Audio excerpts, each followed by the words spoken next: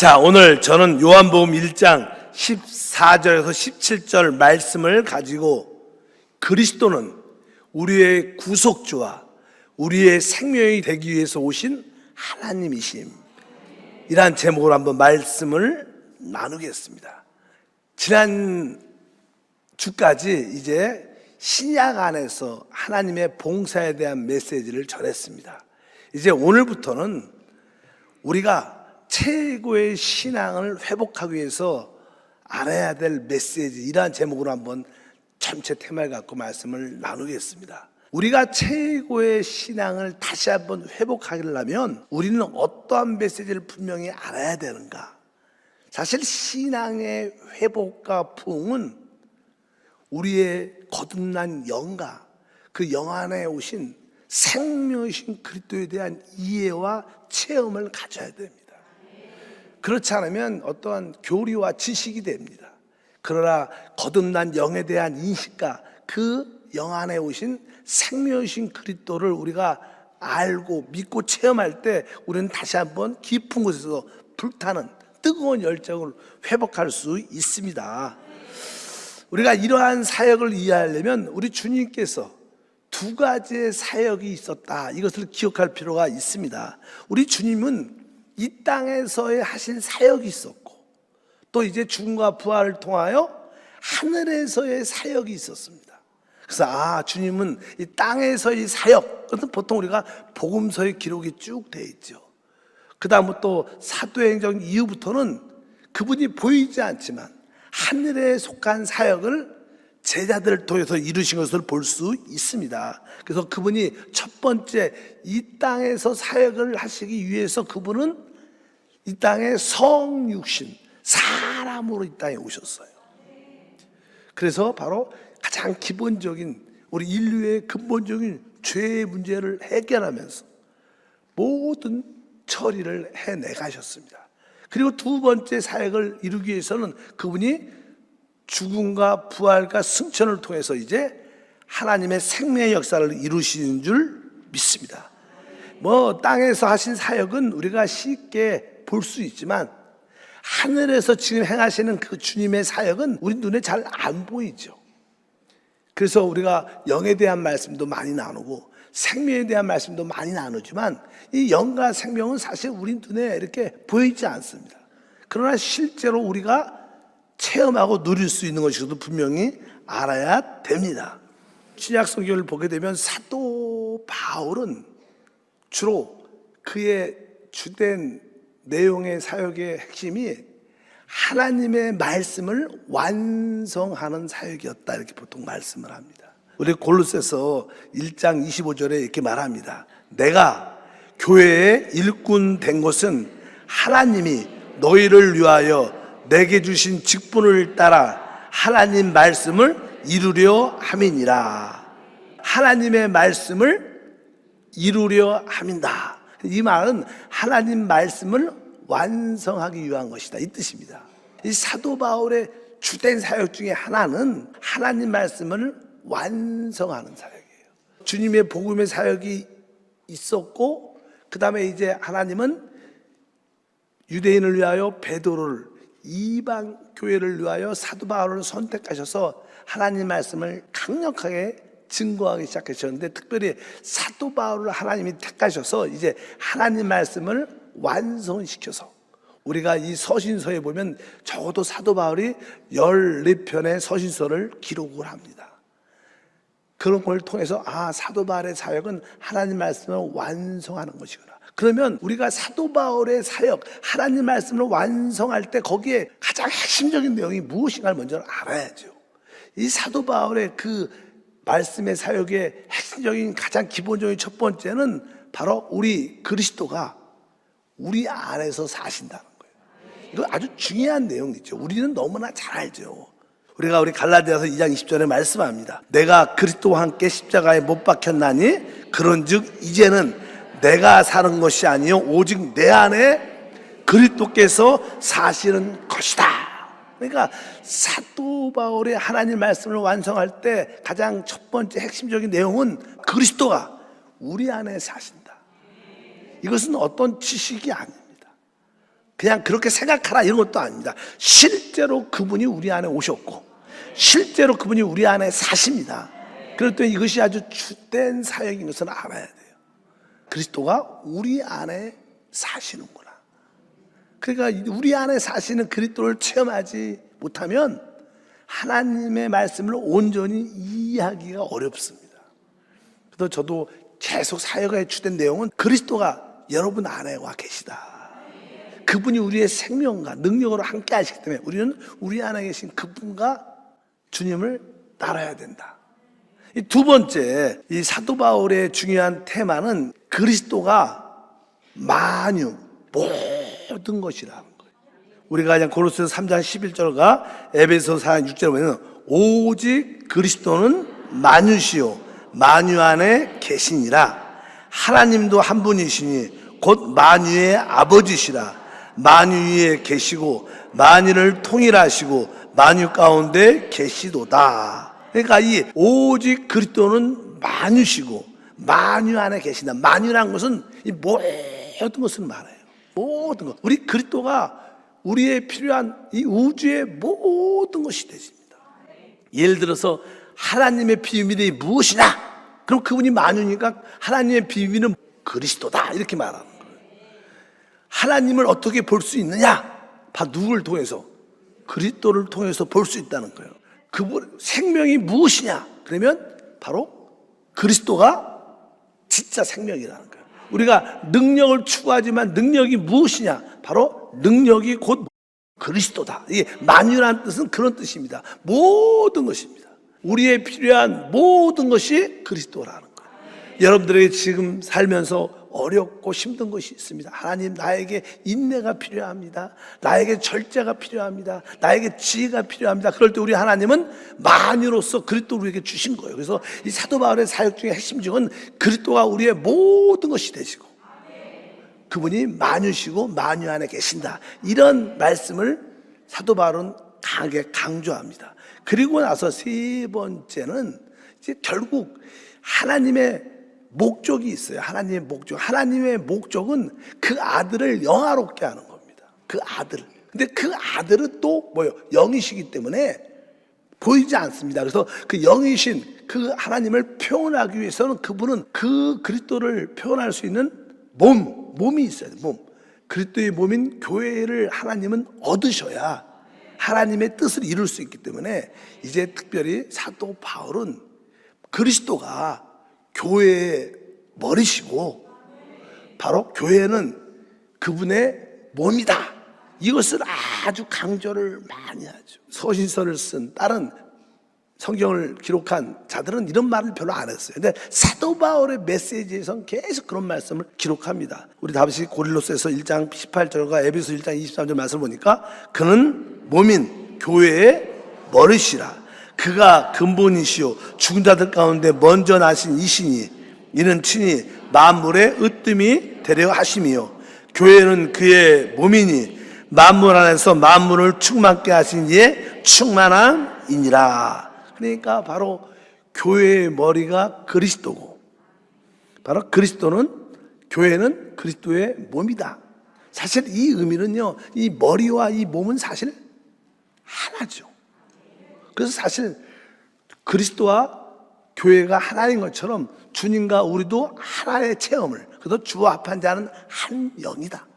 이런 강조를 많이 하죠. 그래서 사도 바울의 사역의 핵심이 무엇이냐? 성경을 완성할 때 우리가 완성된 것을 확실히 알아야 될 거 아니에요? 완성된 건 그리스도가 우리 안에 계시는구나.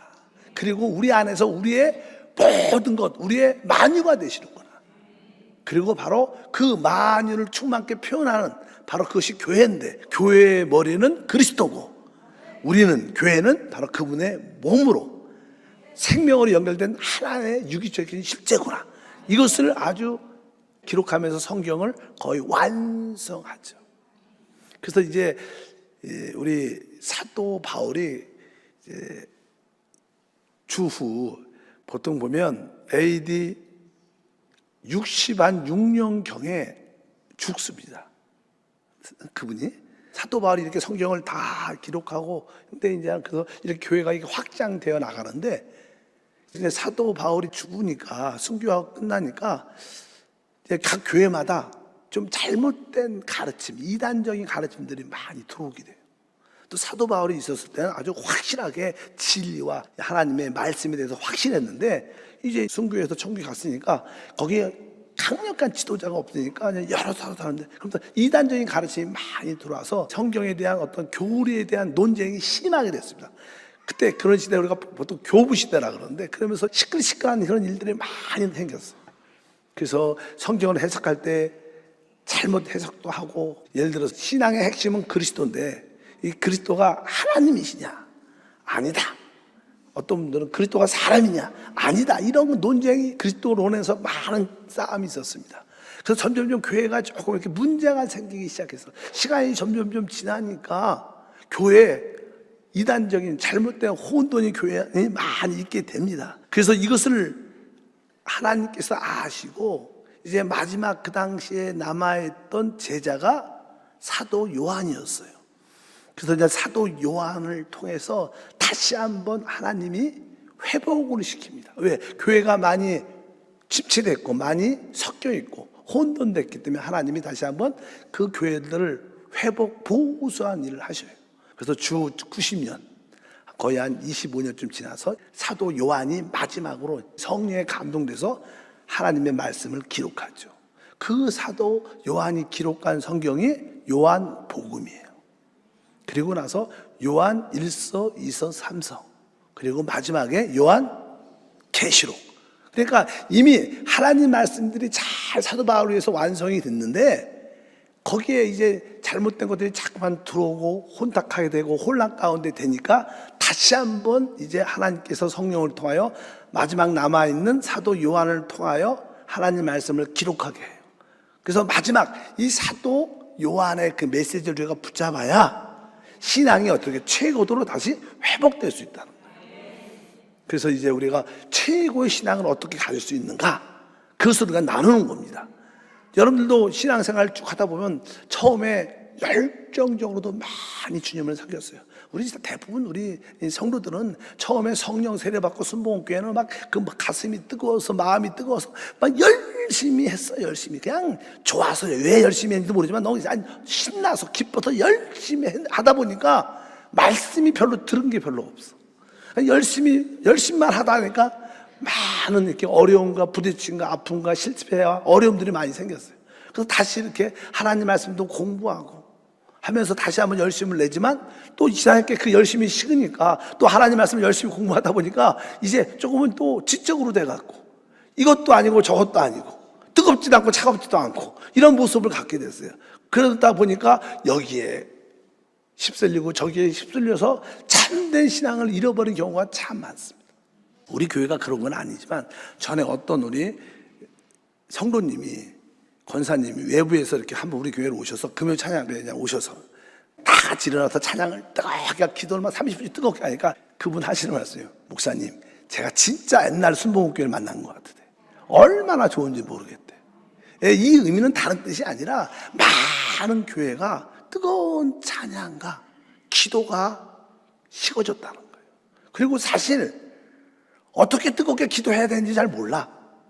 별로 해본 적이 없으니까. 그리고 해보려니까 혼자 아무리 쥐어쥐어 해도 잘 안 되죠. 이게 분위기가 뜨거워져. 여의도 순복음교회 옛날에는요, 다 기억나시죠? 특히 권사님들을 보면 그냥 수예배, 뭐 특별히 뭐 금요 찬양 예배, 뭐 주일 예배는 그렇지 좀 다르지만 이렇게 딱 가서 그냥 예배하고 다 통성으로 기도합시다. 그냥 막 그냥 얼마나 정말 큰 시냇물이 강물이 흐르는 것처럼 소리들이 웅장웅장 해갖고 큰 역사가 나타난 것을 우리가 알 수 있습니다. 어쩌든지 우리의 신앙이 다시 한번 최고도로 초대교회 신앙으로 회복돼야 된다. 하나님이 사도 요한을 통해서 그렇게 말씀하셨구나, 기록했구나. 그래서 우리는 다시 한번 신앙이 제대로 완성된 신앙으로 최고로 회복되려면 특별히 사도 요한이 쓴 그 말씀을 알 필요가 있다. 그래서 복음서에서도 가장 요한복음이 마지막에 쓰여진 거예요.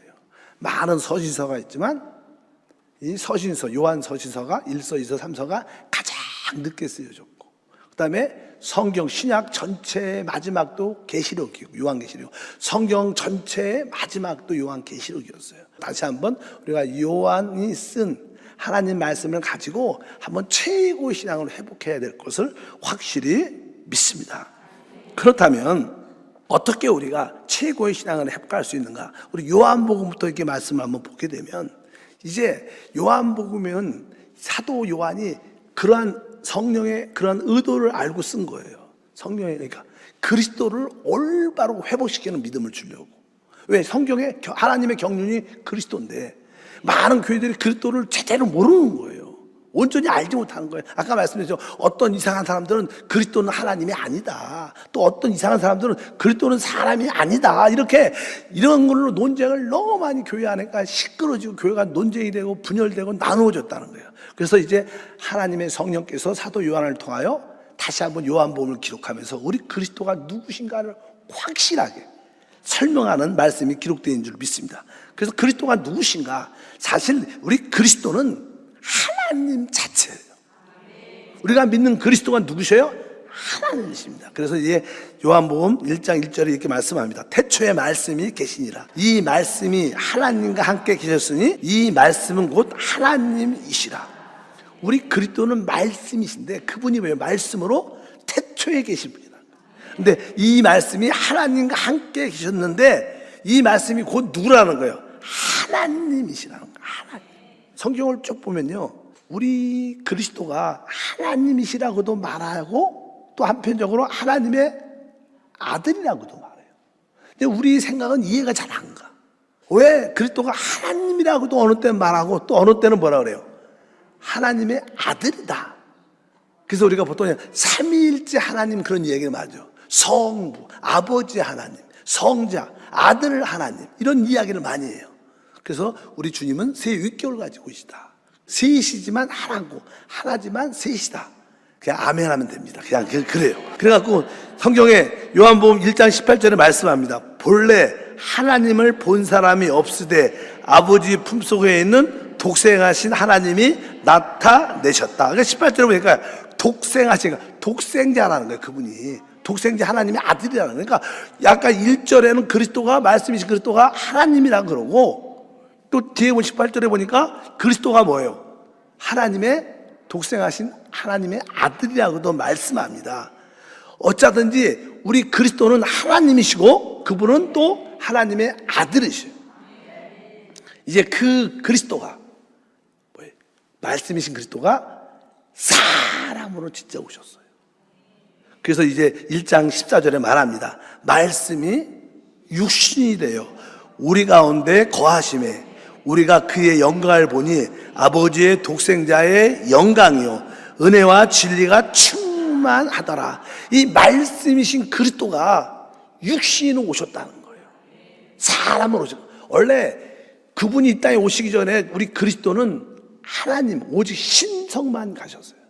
그분은 사람의 요소를 갖고 있지 않았어요. 그냥 그분은 하나님 자체였어요. 하나님 신성만 갖고 있었는데 그분이 이때 말씀이 어떻게 육신 이 땅에 사람으로 오셨다는 거예요.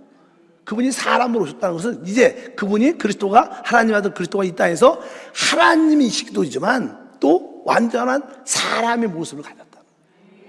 그래서 그분의 인격은 하나님이자 사람, 완전한 하나님이시요 완전한 사람이신 분인 줄 믿으면서 그분은 놀라운 분이에요. 사실 우리가 이해 안 가는 그분은 하나님이시자 정확하게 사람이신 줄 믿습니다. 그런데 실제로 그분이 이렇게 왔을 때, 그분이 이 땅에 오셨을 때 아까 그러죠. 말씀이 육신이 되어 우리 가운데 거하시며, 우리 가운데 거했다. 거했다는 뜻은 뭐 우리가 구약적으로 말하면 하나님의 장막을 치셨다는 뜻이에요.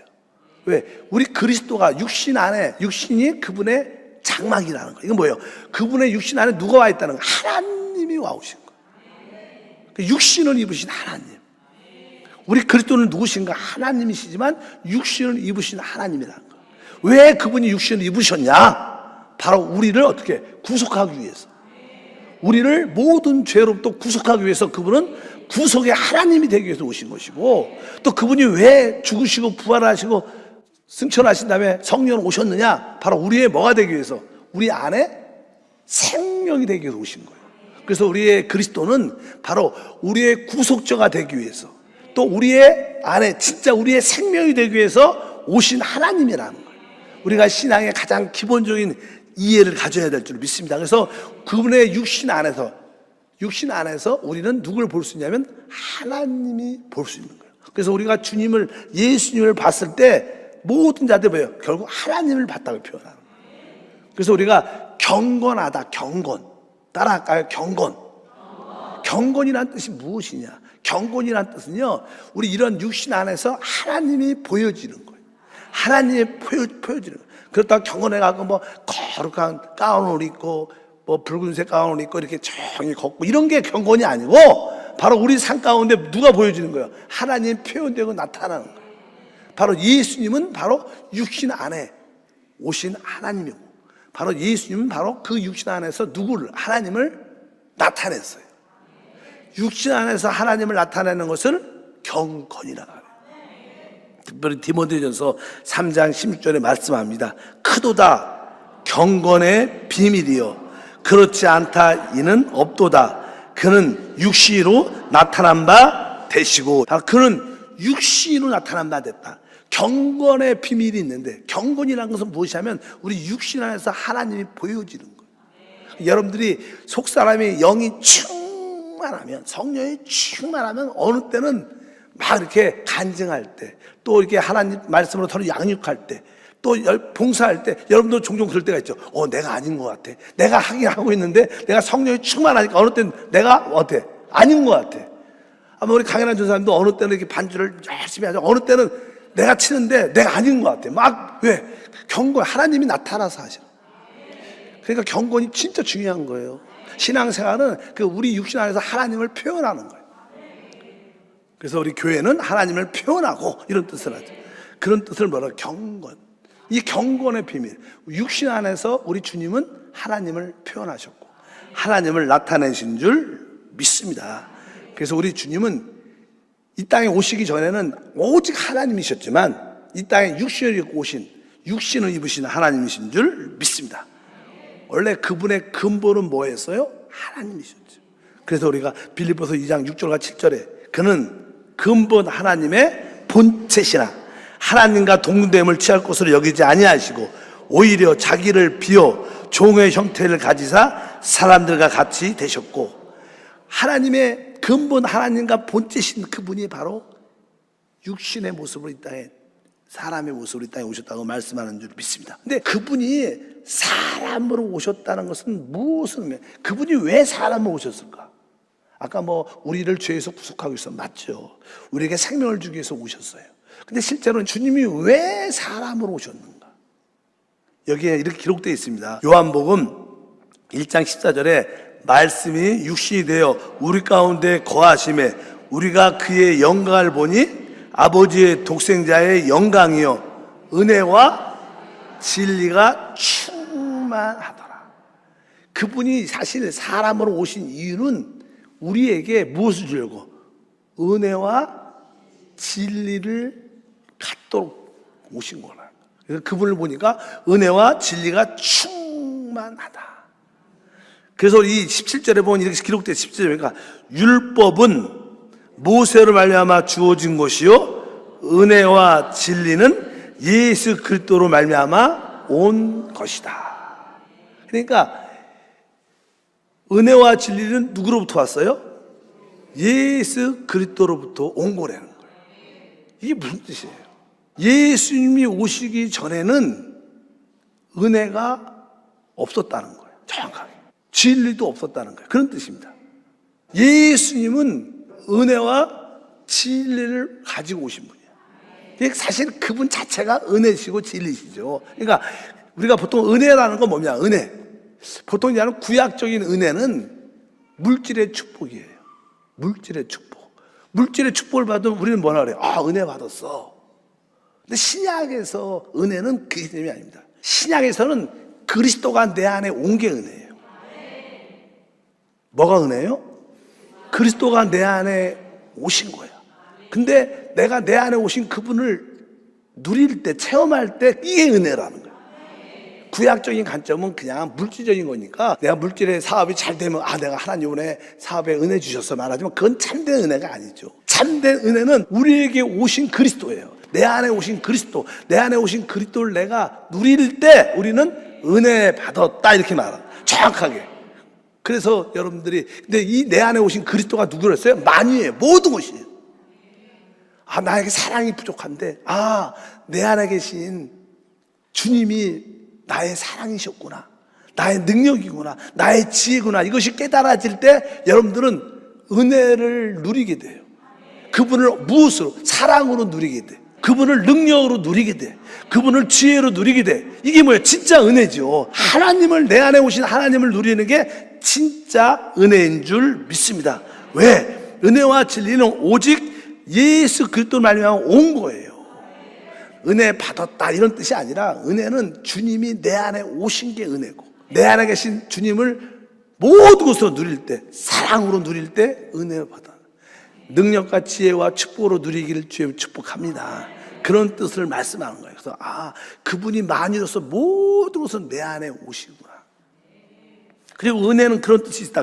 진리는 뭐예요? 진리라는 단어는 정확하게 늘 말하지. 진리라는 것은 실제입니다. 실제, 참된 것, 실제.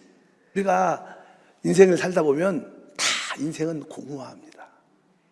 인생 별거 없어요. 그냥 우리가 욕심에 붙잡혀서 순간 눈이 멀어서 그냥 그것 때문에 막 싸우고 막 그러지, 사실 시간이 지나면 그 욕심도 좀 빠져나가면 아무것도, 내가 왜 그렇게 싸웠는지, 왜 그렇게 내가 심술을 부렸는지, 왜 내가 그렇게 그 사람을 미워했는지, 다 정욕 때문에, 욕심 때문에 그런 거예요. 마귀는 항상 움켜잡으니까. 그리고 시간이 쭉 그런 것이 빠져나오면 이 세상의 모든 건 다 헛되고 다 공허합니다. 실제로 여러분들이 이 세상 사람들의 가치관은요, 세상에서 가장 사람들 갖고 싶어하는 것은 사랑이에요. 모든 드라마나 주제가 대부분 뭐예요? 사랑. 그러니까 사랑이 안 끼면 뭐 드라마도 재미가 없어요. 그러니까 사랑인데, 근데 사랑 여러분도 해보셨지만 사랑은 어때요? 끝이 안 좋아. 항상 끝이 안 좋아. 실제로 이 남자 여자 사랑은 원래 끝이 안 좋고, 그 사랑이 끝이 잘 돼가지고 결혼을 하고 살아도 끝이 별로 안 좋아. 진짜 별로 안 좋아. 원래 사랑은 그래요. 왜? 그건 참된 게 아니야. 그것은 진짜 사랑의 실제가 아닙니다. 자식과 부모의 사랑도요, 아주 이쁠 때, 한 5살 때까지 참 이뻐요. 그리고 그것도 많이 가면 나중에 그냥 제사 때문에 싸우고 막 그냥 여러 가지로, 그것도 참되지 않아. 이 세상의 모든 것은 다 공허하고 헛됩니다. 근데 참된 사랑의 실제는 하나님이에요. 여러분들이 하나님을 진짜 이분만이 내 사랑이었구나, 이분만이 내 사랑이야, 이것이 깨달아지면 여러분들은 진짜 행복해지고요. 좀 남들이 나 좀 이렇게 좀 하대하고 좀 잘 안 돼야도 섭섭하지 않아. 옛날에는 이 하나님의 사랑을 그렇게 모를 때는 남편의 사랑을 그렇게 원했지만, 아내의 사랑을 그렇게 원했지만, 그게 진짜 사랑의 실제이신 우리 하나님을, 주 그리스도를 만나면 우리 안에 꽉 채워지니까 다른 게 좀 없어도 다 괜찮아. 그러니까 진리라는 것은 참된 실제라는 거예요. 누가? 그리스도만이 참된 실제입니다. 그래서 그분만이 우리에게 그걸 줄 수 있는 거야. 그래서 그분이 올 때는 은혜와 진리가 충만하고, 은혜와 진리는 그분에게서 왔고, 아주 더 여기 요한복음에 보면 특별한 말씀이 있어요. 1장 16절 읽어보니까 우리가 다 그의 충만한 데서 받으니 은혜 위에 은혜로라. 그러니까 은혜 위에 은혜가 있는 거예요. 여러분들이 진짜로 그리스도를 나의 모든 것으로 깨닫게 될 때 은혜를 받게 되고, 그걸 깨달으면 더 은혜가 부어지고 더 은혜가 부어져서 진짜 놀라운 은혜를 살면서 살 수 있다. 그래서 우리는 오직 예수 그리스도의 은혜, 주님은 바로 그 은혜의 실제를 갖고 우리에게 오신 분이에요. 그러니까 은혜와 실제는 바로 우리 안에 오신 예수 그리스도. 그러니까 우리 안에 내주하는 그리스도가 나의 모든 것이다. 이 답을 제대로 알아야 최고의 신앙을 갈 수 있다는 거예요. 다른 걸 붙잡으면 이 제대로 된 신앙을 못 갑니다. 진짜 다른 신앙을 가지면 여러분들이 결국 다 힘들어하고 어려워하고 결국 공허함을 느낄 수밖에 없어요. 그래서 우리가 최고의 신앙을 회복하려면 하나님이 성령을 통해서 사도 요한에 계시하신 바로 이 은혜와 진리의 실제이신 그리스도가 우리 안에 오신 것을 다시 한번 제대로 깨닫고 그분이 우리의 모든 것인 것을 알아야 될 줄 믿습니다. 근데 그 놀라운 분, 은혜와 이 실제이신 그리스도가 우리 안에 오셨는데 그분이 이 땅에 오셔서 무엇을 하셨는가요? 그분이 행하신 일은 아주 간단 세 가지. 요한복음에 많은 내용이지만 그 중에 핵심은 딱 세 가지예요. 그분이 행하신 일은 일단 우리의 모든 죄의 문제를 해결했다는 거예요. 그 다음에 마귀를 멸하셨다는 거예요. 그리고 우리에게 하나님의 생명, 영생을 주셨다는 거예요. 우리가 영생을 받았다는 거예요. 이 세 가지예요, 세 가지. 그래서 여러분들은 외쳐야 돼요. 나의 죄가 해결됐고 마귀는 끝났고 나에게 하나님의 생명, 영원한 생명이 있습니다. 이게 사실 신앙의 가장 기초죠, 기초. 그래서 요한복음에 말씀을 합니다. 1장 29절에 다 같이 읽으니까 이튿날 요한이 예수께서 자기에게 나오심을 보고 이르되 보라 세상 죄를 지고 오는 하나님의 어린 양이다. 세상 죄를 지고 오는 하나님의 어린 양. 그분이 십자가의 죽음을 통하여 피를 다 쏟아내므로 우리의 죄의 문제가 다 해결됐습니다. 이것이 그분이 사역의 주된 내용이에요. 사도 요한은 말합니다. 바로 예수로 말미암아 그리스도가 바로 우리의 죄의 문제를 해결하셨다. 모든 문제가 해결됐다. 더 이상 죄 때문에 힘들어하지 마세요. 그래 우리 또 죄를 짓죠. 또 실수합니다. 그럼 자백하면 돼. 그걸로 너무 연민할 필요 없어. 그 생각했으면 주님을 생각하고 성령을 생각하셔요. 또 죄를 져서 죄를 안 되는데 나 하나도 심판받으면 어떡하지? 혼나면 어떡하지? 두려워하지 말고 그런 거. 주님이 우리의 죄의 문제를 해결하셨어요. 세상 죄를 이미 짊어지셨습니다. 그뿐만 아니라 요한복음 3장 14절 기록되어 있죠. 모세가 광야에서 뱀을 든 것 같이 인자도 들려야 할 것이다. 이스라엘 백성들이 광야를 지날 때 먹을 거 마실 것이 없어서 주님께 막 원망을 했어요. 그러니까 원래 그 광야에 불뱀이 많아요. 원망과 불평을 하니까 그 불뱀이 나와서 사람을 물기 시작한 거예요. 독뱀인데. 그러니까 사람이 뱀에 물리면 다 독이 퍼지면서 죽어가는 거예요. 우리도 이 세상도 마찬가지로 우리 삶도 하나님의 축복 가운데 살 때 원망과 불평을 하면요 뭐가 나와요? 불뱀이 나와서 우리를 물습니다. 그러니까 원망 불평하는 사람들은 잘 될 수가 없는 거예요. 사실 더 힘들어져 인생이. 그래서 어찌하든지 여러분들이 축복의 메시지, 긍정적인 창조적인 말을 기본적으로 해야 돼요. 그러니까 모세가 하나님께 기도하니까 그럼 넌 장대를 만들어서 거기다가 놋뱀을 만들어라. 놋뱀. 그럼 놋뱀은 뭐예요? 뱀의 모양은 있지만 놋으로 됐어요. 그걸 장대 높이 달아갖고 그것을 바라봐라. 그러면 그 장대에 달린 놋뱀을 바라보는 자들이 그걸 보면 다 살 것이다. 그래서 이스라엘 백성들이 그 말씀대로 그 놋뱀을 달고 장대 높이 다니까 그것을 쳐다보니까 뱀에 물려 죽어가는 자들이 다 치유하다 기록되어 있는 거야. 그래서 주님이 인자도 그렇게 들려야 될 것이다. 바로 우리 주님도 원래 우리 육신 안에는 뱀이죠. 뱀. 왜? 죄가 심겨져 있죠. 사단이 여기 육신 안에 들어와 있으니까. 이 죄의 몸이죠. 육신의 몸은 사마의 몸. 예수님도 육신을 갖고 있었어요. 근데 예수님은 놋뱀이셔요. 또 왜? 묻으셨대요. 그분은 뱀의 육신의 모습을 가졌지만 뭐가 없는 거예요? 독이 없는 거예요. 죄가 없는 거예요. 그래서 그분을 바라보면 모든 것이. 근데 사실 이 놋뱀의 중요한 의미는 다른 것이 아니라 그 뱀을 상징하는 사단이 십자가에서 끝났다는 거예요. 사실 그것이 아주 중요한 항목인 줄 믿습니다.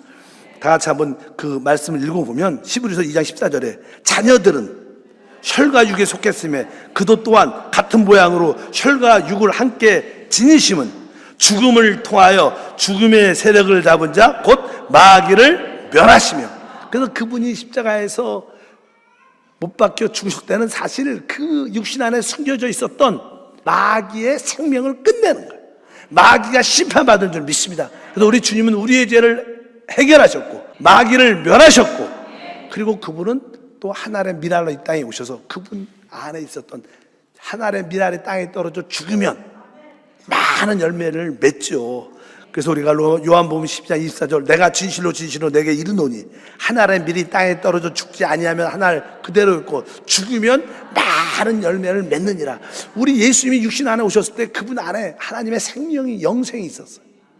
영생이 그분만 갖고 있었는데 그분이 하나의 밀로 죽을 때 그 육신이 터짐으로 말미암아 깨어짐으로 말미암아 생명이 흘러나와 누구든지 그 생명을 얻게 되는 거예요.